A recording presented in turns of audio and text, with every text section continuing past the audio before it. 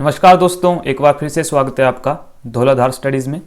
तो इस वीडियो में हम पढ़ेंगे जीव विज्ञान के कुछ महत्वपूर्ण प्रश्न। तो चलिए शुरू करते हैं।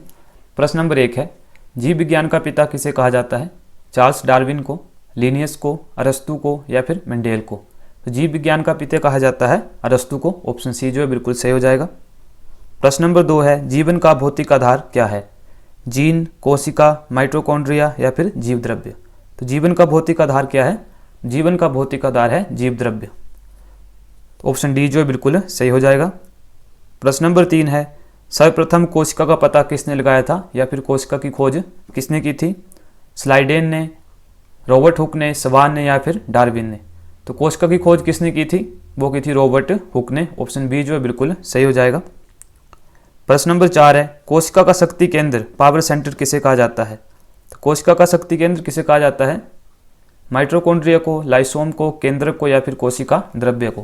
तो कोशिका का शक्ति केंद्र कहा जाता है माइटोकॉन्ड्रिया को। ऑप्शन ए जो है बिल्कुल सही हो जाएगा। प्रश्न नंबर 5 है, कौन सी रचना पादप कोशिका को जंतु कोशिका से विभेदित करती है? कोशिका भित्ति, पर्णहरित, सेंट्रियोल या फिर ये सभी? तो ये सभी जो है वो रचना पादप कोशिका को जंतु कोशिका से विभेदित करती हैं।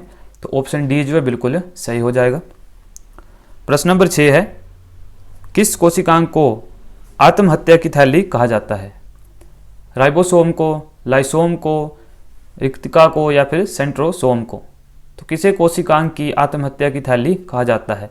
तो वो कहा जाता है लाइसोम को। ऑप्शन बी जो है बिल्कुल सही हो जाएगा। प्रश्न नंबर 7 है, डीएनए की द्विगुणित कुंडली का पता किसने लगाया था? डबल हेलिक्स मॉडल का पता किसने लगाया था? वाटसन एवं क्रिक ने, स्लाइडेन एवं स्वान ने, रॉबर्ट हुक ने या फिर ग्रेगर मेंडेल ने? तो डीएनए की द्विगुणितता कुंडली, डबल हेलिक्स मॉडल का पता किसने लगाया था? तो ये लगाया था वाटसन एवं क्रिक ने। ऑप्शन ए जो है बिल्कुल सही हो जाएगा। प्रश्न नंबर 8 है, डीएनए का प्रमुख कार्य क्या है? प्रोटीन संश्लेषण, कोशिकीय श्वसन, कोशिकीय परिवहन, आनुवांशिक क्रियाओं का संचालन? तो डीएनए का प्रमुख कार्य क्या है? तो डीएनए का प्रमुख कार्य है आनुवांशिक क्रियाओं का संचालन। ऑप्शन डी जो है बिल्कुल सही हो जाएगा। प्रश्न नंबर 9 है, आरएनए पाया जाता है कोशिका भित्ति में, माइटोकॉन्ड्रिया में, कोशिका द्रव्य में या फिर राइबोसोम में? तो आरएनए कहाँ पाया जाता है? तो वो पाया जाता है कोशिका द्रव्य में। ऑप्शन सी जो है बिल्कुल सही हो जाएगा। प्रश्न नंबर 10 है, आनुवांशिकी का पिता किसे कहा जाता है? लैमार्क को, डार्विन को, मेंडेल को या फिर अरस्तु को? आनुवांशिकी का पिता, फादर ऑफ जेनेटिक्स, किसे कहा जाता है? तो वो कहा जाता है मेंडेल को। ऑप्शन सी जो है बिल्कुल सही हो जाएगा। तो ग्रेगर मेंडेल है इनका पूरा नाम। प्रश्न नंबर 11 है, मनुष्यों में गुणसूत्रों की कुल संख्या कितनी होती है? 46, 47, 56 या फिर 57? तो मनुष्यों में गुणसूत्रों की संख्या कितनी होती है? तो वो होती है 46। ऑप्शन ए जो है बिल्कुल सही हो जाएगा। प्रश्न नंबर 12 है, मनुष्य में होने वाले आनुवांशिक रोग कौन से हैं? तो जेनेटिक रोग कौन कौन से हैं? बर्नानथा, हीमोफीलिया, टर्नर सिंड्रोम या फिर ये सभी? तो मनुष्य में होने वाले आनुवांशिक रोग, जेनेटिक डिजीज कौन कौन से हैं? तो ये सभी जो हैं वो जेनेटिक डिजीज हैं। तो ऑप्शन डी जो है बिल्कुल सही हो जाएगा। प्रश्न नंबर 13 है, लड़का पैदा होगा जब उसमें एक्स एक्स गुणसूत्र होंगे, वाई वाई गुणसूत्र होंगे, एक्स वाई गुणसूत्र होंगे या फिर एक्स एक्स एक्स गुणसूत्र होंगे? तो लड़का पैदा होगा तब कौन से गुणसूत्र होंगे उसमें? तो वो होंगे एक्स वाई गुणसूत्र। तो ऑप्शन सी जो है बिल्कुल सही हो जाएगा। प्रश्न नंबर 14 है, हीमोफीलिया रोग से ग्रस्त व्यक्ति में लक्षण दिखाई देते हैं? आयरन की कमी हो जाती है, रक्त का बहना बंद नहीं होता, रक्त बनता ही नहीं है या फिर रक्त में श्वेत रक्त कण मृत हो जाते हैं? तो हीमोफीलिया एक बीमारी है। तो उसके लक्षण क्या हैं? तो उसके लक्षण हैं रक्त का बहना बंद नहीं होता है। ऑप्शन बी जो है बिल्कुल सही हो जाएगा। प्रश्न नंबर 15 है, जीन के बारे में कौन सा कथन सत्य है?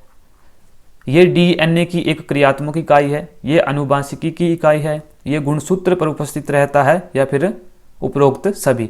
तो जीन के बारे में कौन सा कथन सत्य है? तो ये सभी कथन जो है वो सत्य हैं। तो ऑप्शन डी जो है बिल्कुल सही हो जाएगा। प्रश्न नंबर 16 है, जीन का सर्वप्रथम कृत्रिम संश्लेषण किसने किया था? सिंथेटिक सिंथेसिस किसने किया था सर्वप्रथम? जगदीश चंद्र बोस ने, वाटसन ने, हर गोविंद खुराना ने या फिर रॉबर्ट ब्राउन ने? तो सिंथेटिक सिंथेसिस किसने किया था? सर्वप्रथम कृत्रिम संश्लेषण, तो वो किया था हरगोविंद खुराना ने। ऑप्शन सी जो है बिल्कुल सही हो जाएगा। प्रश्न नंबर 17 है, प्राकृतिक चयन के सिद्धांत का प्रतिपादक का नाम क्या है? तो प्रिंसिपल ऑफ नेचुरल सिलेक्शन, तो उसका नाम क्या है? चार्ल्स डार्विन, लैमार्क, अरस्तु या फिर हरगोविंद?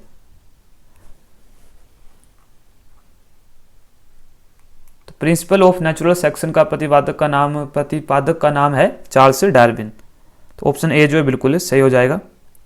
प्रश्न नंबर 18 है, आनुवांशिक संबंधी प्रयोग के लिए मेंडेल ने किस पौधे का चुनाव किया था?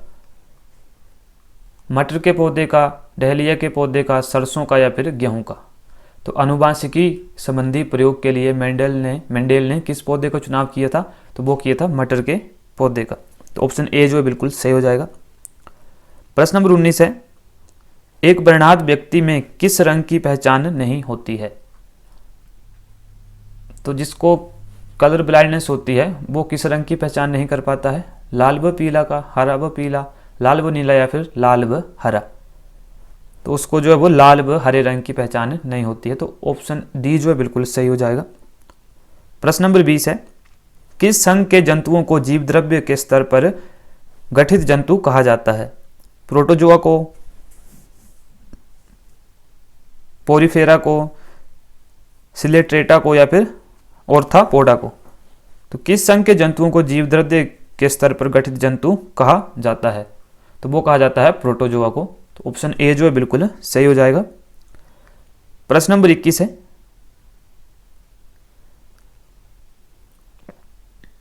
एक कोशिकीय जंतु अमीबा एवं युगलीना को किस संघ के अंतर्गत रखा गया है? पेरिफेरा के अंतर्गत, सेंट्रिया के अंतर्गत, एम्फीबिया के अंतर्गत या फिर प्रोटोजोआ के अंतर्गत? तो एक कोशिकीय जंतु अमीबा एवं युगलीन को किस संघ के अंतर्गत रखा गया है? तो उसे रखा गया है प्रोटोजोआ के अंतर्गत। तो ऑप्शन डी जो है बिल्कुल सही हो जाएगा। प्रश्न नंबर 22 है, मेंढक में श्वसन किस अंग द्वारा होता है? त्वचा द्वारा, क्लोमों द्वारा या फिर फेफड़ों द्वारा या फिर इन तीनों में? तो मेंढक में श्वसन जो है वो इन तीनों के कारण होता है। तो ऑप्शन डी जो है बिल्कुल सही हो जाएगा। प्रश्न नंबर 23 है, वास्तविक मछली कौन सी है?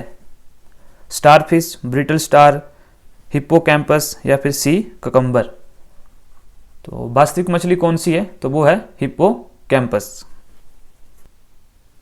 प्रश्न नंबर 24 है, मेंढक किस वर्ग का जंतु है? आस्टिकथनीज का, एम्फीबिया का, सरीसृप या फिर कॉन्ड्रिस्थीज का? तो मेंढक किस वर्ग का जंतु है? तो वो है एम्फीबियम वर्ग का जंतु है मेंढक। तो ऑप्शन बी जो है बिल्कुल सही हो जाएगा।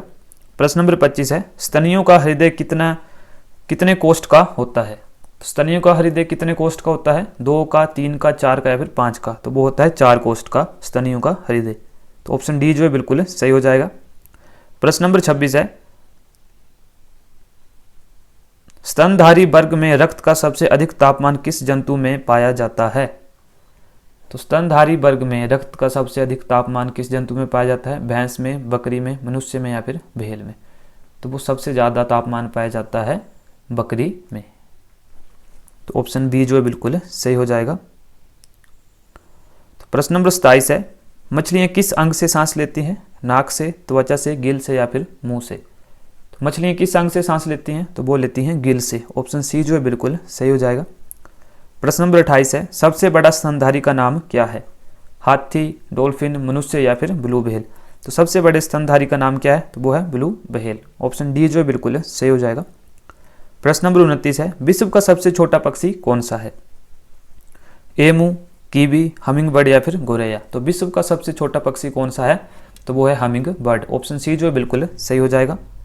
प्रश्न नंबर 30 है, कोशुरुक जंतु के शरीर का शाब्दिक कठोर भाग होता है? कोशुरुक जंतु के शरीर का शाब्दिक कठोर भाग होता है इनेमल, दांत, जांघ की हड्डी या फिर कलाई की हड्डी? तो शरीर का सबसे कठोर भाग कौन सा होता है? तो वो होता है इनेमल, दांतों का इनेमल। तो ऑप्शन ए जो है बिल्कुल सही हो जाएगा। तो इस वीडियो में इतना ही। अगर आप चैनल पर पहली बार आए हैं तो इसे लाइक, शेयर एंड सब्सक्राइब करें।